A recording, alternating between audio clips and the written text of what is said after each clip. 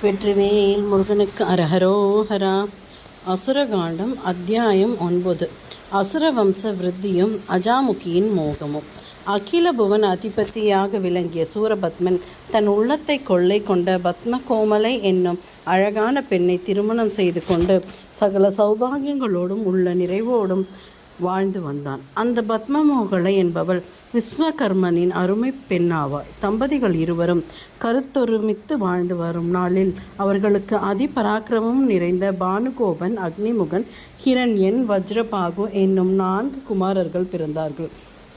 சூரபத்மனோ மற்றும் அநேக தேவ மாதர்களையும் அசுர பெண்களையும் ராட்சச கன்னிகைகளையும் கந்தர்வ கன்னிகைகளையும் சித்த கன்னிகைகளும் வித்யாத்தர கன்னிகைகளையும் நாக கன்னிகைகளையும் கிம்புருஷ கன்னிகைகள், கருட கன்னிகைகள், கிண்ணற கன்னிகைகள் ஆகியவர்களையும் கல்யாணம் செய்து கொண்டு அவர்களின் மூலமாக இந்திரிய பலம் சரீர பலம் நிறைந்த 3000 மைந்தர்களை விரைவில் உற்பத்தி செய்தான். அவன் தன் சகோதரர்களான சிங்கமுகனையும் தாரகனையும் முறையே ஆசுரபுரியிலும் மாயாபுரியிலும் ஒவ்வொருக்கும் 2 கோடி சைன்யங்களை கொடுத்து தங்கியிருக்கும்படி செய்தான். ஆசுரபுரிக்கு சென்ற சிங்கமுகன் யமனுடைய பெண்ணான விபூதிகை என்பவளை மனம் புரிந்து கொண்ட அவள் மூலமாக மகாசூரனான மைந்தனை உற்பத்தி செய்தான்.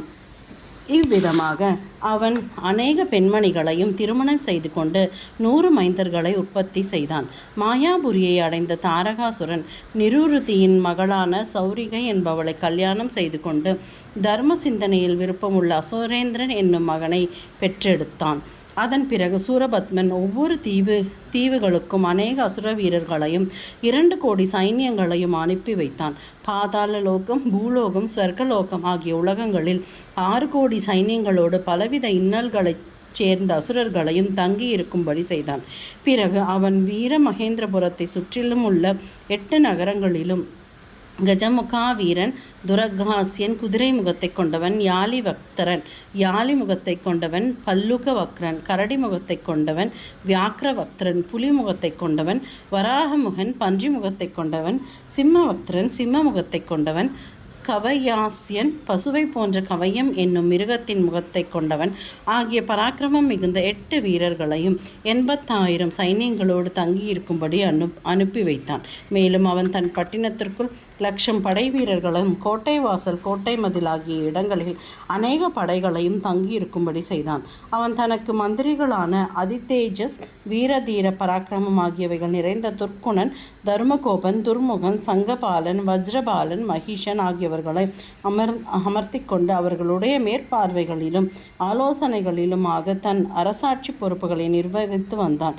தேவேந்திரன் முதலான தேவர்கள் அனைவரும் தவசிரேஷ்டர்களான முனிவர்களும் தினசரி சூரபத்மனையும் சிங்கமுகன், தாரகாசுரன் சகோதரர்களையும் அவர்களுடைய குமாரர்களையும் மந்திரி பிரதானிகளையும் தரிசித்து அவர்களால் ஏவப்பட்ட வேலைகளை பயபக்தியோடு செய்து கொண்டு கருடனை கண்டு அஞ்சி நடுங்கும் பாம்பு போன்ற நிலைமையில் வாழ்ந்து வந்தார்கள். ஒரு நாள் சூரபத்மன் இந்திரன் முதலான தேவர்களை நோக்கி, நீங்கள் அனைவரும் விரைவில் சென்று அநேக மீன்களை பிடித்து கொண்டு வாருங்கள் என்று கட்டளையிட்டான்.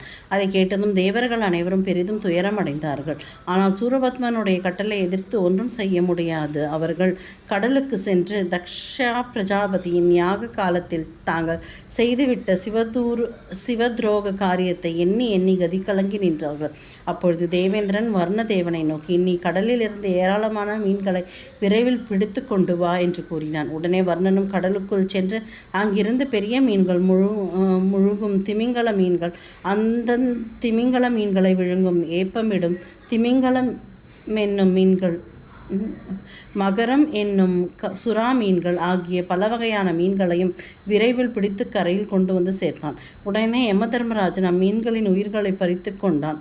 சூரியனோ அந்த மீன்களை தன் வெண்மையான கிரணங்களில் உலர வைத்தான். பிறகு அவற்றை நாகபாசத்தினால் கட்டி துரிதமாக சூரபத்மனின் அரண்மனைக்கு எடுத்து கொண்டு போனார்கள்.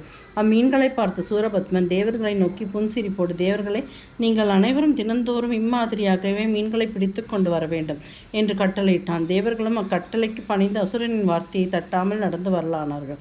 இங்கே இப்படி இருந்து வரும் பொழுது சூரபத்மனுடைய சகோதரி ஆகிய அஜாமுகி என்பவள் மிகுந்த துர்க்குணங்களை கொண்டவளாகவும் அதிக தீவினைகள் புரிந்தவளாகவும் மோகாவேசம் மிகுந்தவளாகவும் வஞ்சக மனப்பான்மை உடையவளாகவும் இச்சமயத்திலும் எந்த இடத்திலும் மனம் போனபடி அலைந்து திரிபவளாகவும் 14 உலகங்களிலும் தன் இச்சைப்படி உலாவி வருபவளாகவும் இருந்து வந்தாள். அவள் தனக்கு எதிரே எதிர்ப்படும் அந்தணர்கள், முனிவர்கள், இதர தேவர்கள், அசுரர்கள், ராட்சசர்கள், அழகு வாய்ந்தவர்கள், அழகில்லாதவர்கள், வாலிபர்கள் முதலியவர்கள் இன்னும் யாராக இருந்தாலும் சரி அவர்களை எல்லாம் மோகித்து ஆசை தீர அனுபவித்து வந்தாள். இப்படியாக அவள் தினசரி பல ஆயிரக்கணக்கான ஆடவர்களோடு கூடி மகிழ்ந்து வந்தாள்.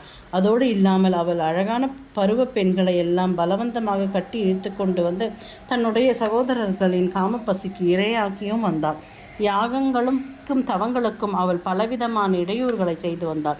ஒரு நாள் அஜாமுகி என்ற அந்த அசுர பெண்மணி தவசீலர்களின் தலைச்சிறந்தவனான துர்வாச முனிவரிடம் சென்றாள். அவரை நோக்கி அவள், துர்வாச முனிவரை, நான் உன்னோடு கூடிய கழித்து புத்திரர்களை பெற விரும்பியே இங்கு வந்திருக்கிறேன் என்று கூறினாள். அந்த வார்த்தைகளை கேட்டதும் துர்வாச முனிவர் பெரிதும் கதி கலக்கம் அடைந்தார். பெண்ணே, நானோ ஒரு தவஞானி.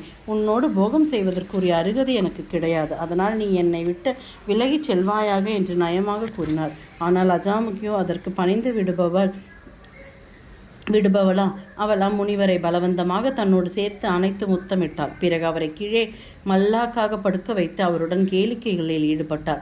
அவ்விருவருடைய உடலுறவின் விளைவாக விரோதிகளை வென்றழிக்கக்கூடிய வல்லமை வாய்ந்த 2 குமாரர்கள் பிறந்தார்கள்.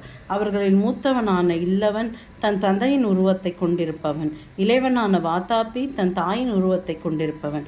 ஆனால் இருவரும் தாயின் துர்க்குணத்தையே முழுக்க முழுக்க கொண்டிருந்தார்கள். ஒரு நாள் அவர்கள் இருவரும் தங்கள் தந்தையான துர்வாச முனிவரை நோக்கி, தந்தையை, தங்களுடைய தவத்தின் பயன் அனைத்தும் எங்களுக்கு கொடுத்து விடுங்கள் என்று கேட்டார்கள். அதை கேட்டதும் கோபம் கொள்வதில் சிறந்தவரான துர்வாச முனிவருக்கு அளவு கடந்த கோபம் பொங்கி வந்தது. அவர் அவ்விரு புதல்வர்களையும் நோக்கி, தீய குணமே உருவான அறிவிலிகளே, என்னுடைய மாபெரும் தவத்தின் பயனை உங்களுக்கு எப்படி என்னால் கொடுக்க முடியும் என்று கேட்டு அவர்களை சிறிதும் சட்டை செய்யாமல் தவத்திலேயே ஈடுபட்டிருந்தார். உடனே சகோதரர்கள் இருவரும் சிறிதும் மனம் கூசாமல் அவரை கொன்றுவிடவும் துணிந்து விட்டார்கள். அதை கண்ட துர்வாசர் கோபத்தோடு, துர்மார்க்கர்களே, என்னை போன்ற முனிவர்களிடம் இப்படி தகாத முறையில் நடந்து கொண்டு நீங்கள் அழிவை தேடிக்கொள்வீர்களாக என்று சபித்தார். அதன் பிறகு இல்லவன் பிரம்மாவை குறித்து நீண்ட காலம் நியம நெறிகளோடு யாகத்தை செய்தான். அவன் பிரம்மதேவனின் அருளுக்கு பாத்திரமாக தன் சகோதரனான வாதாபியை அநேக 100 துண்டுகளாக வெட்டி அக்னியில் போட்டு ஹோமம் செய்தான். உடனே 4 கடவுளான பிரம்மா ஒரு க்ஷணப்பொழுதில் அவன் முன்னே காட்சியளித்தார். குற்றமற்ற அசுரனை, நீ விரும்பி வேண்டும் வரங்களை என்னிடம் கேட்டு பெற்றுக்கொள்ளலாம் என்று கூறி அருளினார். உடனே இல்லவன், படைப்பு கடவுளே, என்னால் துண்டுகளாக வெட்டி ஹோமத்தீயில் போட்டு எரிக்க பெற்ற ஆட்டுருவம் கொண்ட என் சகோதரன் வாதாபியை நான் எப்பொழுது கொன்றாலும் அவனை நான் அழைக்கும் பொழுது அவன் மீண்டும் உயிர் பெற்று எழுந்து என் முன்னே வர வேண்டும். இந்த வரத்தை தாங்கள் எனக்கு மனமுவந்து அளிக்க வேண்டும் என்று கேட்டுக்கொண்டான். பிரம்மதேவனும் அவன் வேண்டிக் கொண்டு கேட்ட வரத்தை அவனுக்கு அளித்துவிட்டு மறைந்து போனார். அசுர சகோதரர்கள் இருவரும் அதன் பிறகு தன் தாய் மாமனான சூரபத்மனிடம் சென்று அவனை பயபக்தியோடு வணங்கினார்கள். அவனிடம் தங்களுடைய வரலாற்றை பற்றி தெரிவித்துவிட்டு அங்கிருந்து குடக நாட்டிற்கு சென்றார்கள். அந்நாட்டில் அழகான ஒரு வனத்தில் மனதிற்கு இனிமையான ஒரு கொடி வீட்டை கட்டிக்கொண்டு அங்கு தங்கள் இஷ்டப்படி போகபோகியங்களை அனுபவித்த வண்ணமே வெகு சந்தோஷமாக வாழ்ந்து வந்தார்கள். அவர்கள் அந்த காட்டின் வழியாக நடந்து வரும் பிராமணோத்தமர்களையும் முனிவர்களையும் ரிஷிகளையும் உருவத்தில் எதிர்கொண்டு அழைத்து வந்து அவர்களுக்கு நமஸ்கரித்து வழிபட்டு அர்க்கியம் பாத்தியம் முதலியவைகள் எல்லாம் கொடுத்து அவர்களை உபசரித்து திவ்யமான ஆசனத்தில் அமர்த்தி வைத்த அந்தன சிரேஷ்டர்களே, இன்றைக்கு என்னுடைய பித்ருக்களின் தவசனால் இந்த சாதம் எங்கே எப்படி நடக்கப் போகிறதோ என்று நான் அளவு கடந்த கவலையில் மூழ்கியிருந்தேன். ஆனால் என்னுடைய அதிர்ஷ்டத்தின் பயனாக நீங்கள் இங்கு எழுந்தருளியிருக்கிறீர்கள். இது நான் செய்த பெரும் பாக்கியமாகும் என்று கூறிவிட்டு மேலும் கூறலானார்கள். வெற்றிவேல் முருகனுக்கு அரஹரோஹரா.